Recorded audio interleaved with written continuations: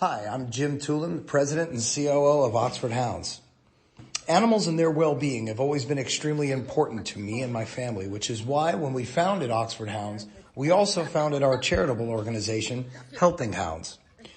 What you see here is a video of some puppies that my wife and I fortunately stumbled upon when they were just about 5 weeks old, hidden in a bush near our home.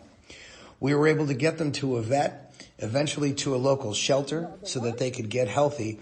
And on the way, 2 have already been adopted to forever homes, and we hope the other 2 will follow suit shortly.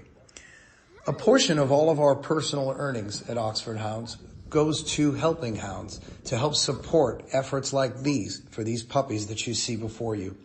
You can even become a part of that journey by joining us as an investor, as our WeFunder link is open now at wefunder.com/Oxford Hounds. Please join us in building our company and our charitable organization so that we can help as many pets as possible.